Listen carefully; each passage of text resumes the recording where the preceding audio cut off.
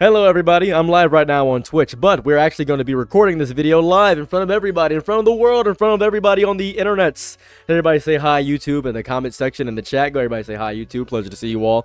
But, as you read the title of this video, Karmelo Anthony has been found guilty of murder. Oh!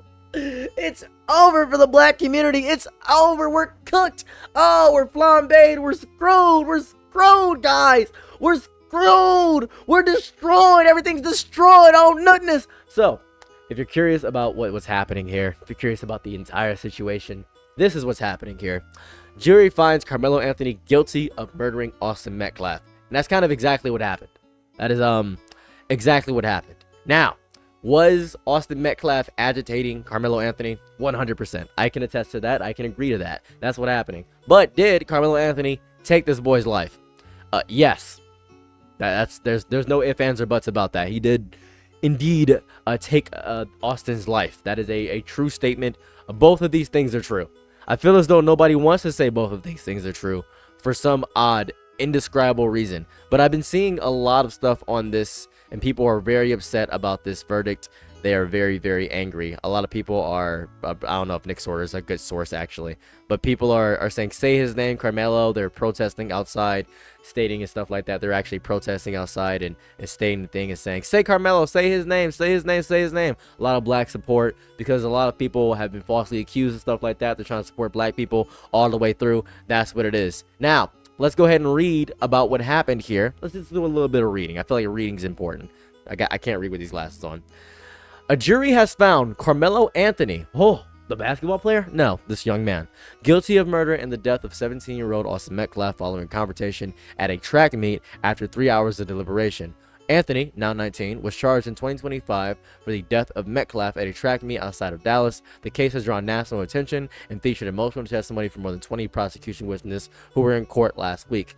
How much time could Karmelo get? The jury only had time to consider the single charge of first-degree murder. After the verdict was read, the jury returned to the courtroom to deliver the sentence. Anthony faced a potential sentence between 5 and 99 years in prison after being convicted of murder. Since Anthony was a minor at the time of Metcalf's death, the death penalty was off the table. Okay. How stand your ground laws could shape Anthony murder trial.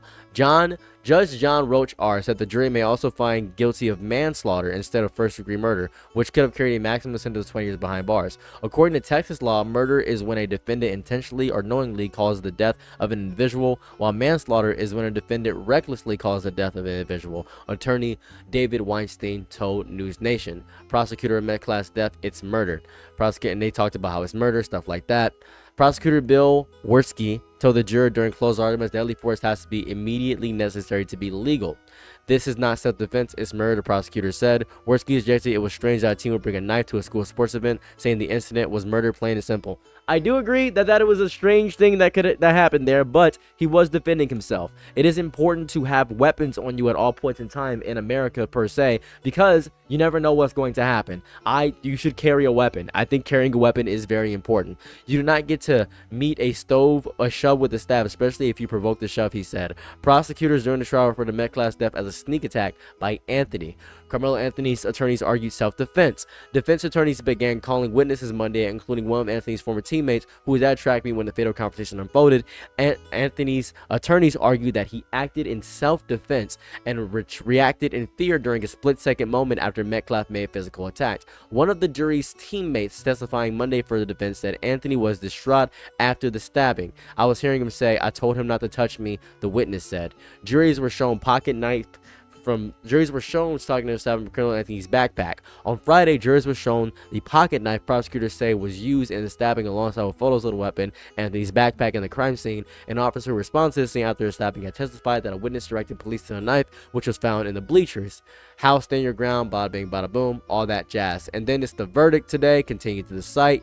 We got guilty of murder in Texas trap meet. We have this little thing right here. I suppose we can watch this as well to figure out some more information. So we're going to watch this, and hopefully I don't get funnily copyright strikes. So we're going to watch this right here and see what's going on here. An indictment is the next step in any criminal case. It continues the legal process of moving closer to a trial. Karmelo Anthony was 17 at the time of the crime back in April, and he's being charged as an adult. This case has gained national attention and sparked many arguments and misinformation across social media. Tuesday's indictment by a Collin County grand jury is the latest in the legal proceedings. Now, back in April, police say Anthony admitted to stabbing Austin Metcalf during a fight at a track meet and claimed he was protecting himself. The Collin County District Attorney's Office released a rare video statement about the indictment. When something like this happens at a school event, it shakes people to the core. But let's remember that the justice system works best when it moves with steadiness and principle. That's what we're committed to, and that's what this case deserves. Anthony's defense attorney is arguing Anthony acted in self-defense. His attorney also put out a video statement reiterating his case. We expect that when the full story is heard, the prosecution will not be able to rule out the reasonable doubt that Karmelo Anthony may have acted in self-defense. Austin Metcalf's father, Jeff Metcalf, sent us a statement about the indictment. It says, quote, "I am pleased that we are moving forward with the first-degree murder indictment. It now goes into the court system. I fully believe that justice will be served for Austin Metcalf. I look forward to the forthcoming trial, but it will never bring back my son." No court appearances are scheduled at this time. Trial dates are set by the court, and if convicted, Anthony could face 5 to 99 years or life in prison. So he is convicted. Like he's guilty. He's guilty of the stabbing. That's the whole thing there. Oh, fun. That's always cool. We read basically what's going on. So now we got the summary of what's happening, right? We grasp it. We understand what's going on. We figure it out. I feel as though this situation is a tragedy from top to bottom. I hate talking about stuff like this because people always want me to pick a deep, staunch side. You gotta support black people because a black man is suffering right now. Well, if you support black people, then you're actually supporting the death of a young man. I want to say this right now. A young man lost his life. That's unavoidable. We grasp it, right? We understand that. Can we agree as a family, as a unit, that a young man lost his life? Even if, let's say Austin Metcalf, right, was fighting with Karmelo and they actually had a fracas and they said, oh, well, this is horrible, and the guy fought for racist reasons. We could say the young boy Austin Metcalf was racist, right? We could say that. We could say that. Another young man will likely spend years or decades dealing with the consequences of his actions. Two families are now tied together forever through a moment that never should have happened. For me, when any teenager dies, because I think everybody's capable of change, by the way, I think people can grow. When any teenager dies, there is no victory, right? There's no winning side. I feel sad for this entire situation. There's no outcome for this court case that restores what was lost at all. One family's gonna wake up every day knowing their son is gone. Another family's gonna wake up knowing their son became responsible for a death. That is a terrible reality, regardless of what side of the argument you fall on. The reality isn't up for this whole debate. It's just really painful to talk about. I think the conversation about this whole debacle, right, stops being about the actual people involved, because nobody cares about the actual people involved, because this has turned into this giant political football. Asmongold's talking about it. We got Tectone talking about it. All these people are talking about it. Within hours, people are going to sort themselves into specific teams. Everyone looks for a way to make their story fit their worldview. The victim, well, he's a symbol. The defendant, well, he's a symbol. The details about the entire thing barely matter, because whatever side you land on, it doesn't matter. There's no humanity in this story for a lot of people. Because whenever it hits the internet, it turns real tragedy, real suffering into this disgusting debate tournament. But it's not even debate.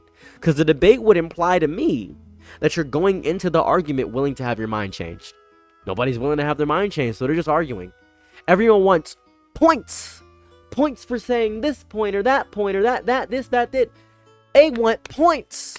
Nobody wants understanding. Nobody wants to understand that. And I know the race discourse will be enormous. You know what I care about more than this story where I don't know the people involved at all? Because I feel about this way. I feel about this story the same way I feel about a tsunami taking out 100 people. I think it's sad, but I don't know these people. The only way to really get me care deep, I have empathy and I have sympathy and I have my condolences for Austin, and I'm sad that Karmelo resorted to stabbing another young man. That's my real thoughts about the situation, right? But now I have to add a race to it, because America filters every major event through race. That's what we do. It's often before all the facts are even understood. Entire communities are going to spend weeks arguing what this verdict means. What does the case represent? What does the case represent? Whether it confirms their beliefs about society. Some people will see racism everywhere. Yeah, he may have stabbed this child, but he's black, so he should get it off. He's black. That's what you should get. And other people will say, well, he only provoked him because he's a white kid messing with a black kid. Right? Some people will insist race had nothing to do with anything. Oh, it's just two kids fighting and one of them had a knife. But millions of people, millions, and I mean millions, will spend countless hours fighting over whatever narrative they like, achieving nothing forever. All to distract us from the fact that gas is $7. I know you don't care about this. Holy sh! I know. Oh my God. I know you don't care about this. It's crazy to me. If you are a functioning adult with a job and a family, I know this is so secondary to you as opposed to the cost of living right now. Because I know this is just another spark for the race war, so you can feel important in your everyday nonchalant little ass life. I am aware of that. I grasp it. I grasp it. I can understand that. I know people are saying it's a distraction from the Epstein files. Even beyond that, it's just a distraction in general. The algorithms are going to have the time of their lives. Every social media platform is going to say, this is 37 extra videos for somebody. Every single inflammatory take is going to get boosted. Every misleading click, every one of it. Somebody's going to make AI about this. Every person screaming into a camera, every single person. And the loudest voices, whoever's loudest, they're going to rise to the top. And whoever is thoughtful about this situation is nothing's going to matter. The machinery of engagement does not care about healing, understanding, or truth. It cares about attention. That's it. That's all it cares about. Stories like this always consume a lot of oxygen. Best way I can describe it, right? And if you don't know about the whole case, that's okay. If you want to learn about it, you can research more. If you want to have your own opinion, I imagine people's opinions will be different than mine. I imagine people will hate my opinion. That's okay. That's fine. I'm not gonna argue with you about my opinion, right? I'm not gonna argue about my opinion about someone losing their life. What did the kid feel reasonably threatened by Austin to lose his life as well? Was the force reasonable deemed to the force he received? Is that the entirety of what's going on? Because from what I understand, and if I'm wrong, somebody correct me, Austin began to initiate conflict with Karmelo. Karmelo stabbed Austin. Austin's dead. Right? Whether it was racially motivated or something of that variety, whether Karmelo was defending himself. Could Karmelo have fought with his hands? Maybe. Was Karmelo going to get jumped by Austin's friends? Perhaps. I'm not quite sure. I just want to talk about specifically that a kid died. Is that not important to anybody? Is that important to any? One's like as much as I want to care deeper about this, one is dead. Right? Right, it's one's gone, right? That's true, and people are always telling me, well, black people die all the time, and nobody cares about black people dying. True, but you're turning this into a race war as opposed to an individual thing. But I don't know these people individually, so I have to turn it into a race thing, is basically what you're saying. America is dealing with housing issues, dude. Healthcare costs are crazy. Infrastructure concerns. There's an education problem. Workers' rights are going on a thing. We're getting AI data centers all the time. Technological discourse. Countless other issues. You don't care about this high schooler at all. You just want to argue. You don't. Seeing it is just a way to make you angry. To make you argue on Twitter or Facebook or on my comments and my posts. You just want to argue. One high-profile case is going to dominate the national conversation for weeks. And the entire news cycle has become tapped into a loop of reactions and counter-reactions and outrage, and larger systemic issues are quietly being pushed underground. Can we focus? Can we ascertain our focus on one thing? Please. Please. For 1 second. Can we just do one thing? Like one thing. Right? Right? One little thing. Can we do one thing for once? It reminds me, and I keep bringing this up, about the No Kings protest every single time. I don't even know what the No Kings protest is about. It's about Gaza and the Congo, and it's about awareness and McDonald's and the IDF, and focus on one thing. Right? Can we focus on a singular thing?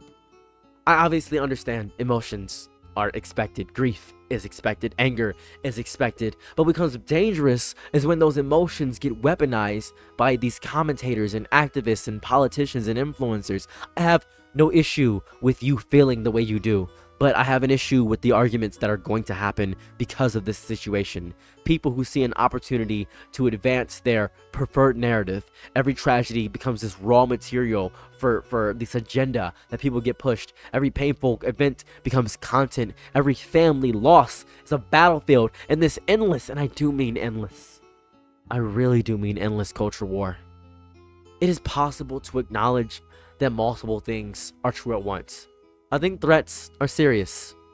I think feeling afraid is serious. Very recently, as many of you know in the chat right now, a hate crime was performed to me where my foot got basically melted off, right? My foot right now is basically completely melted.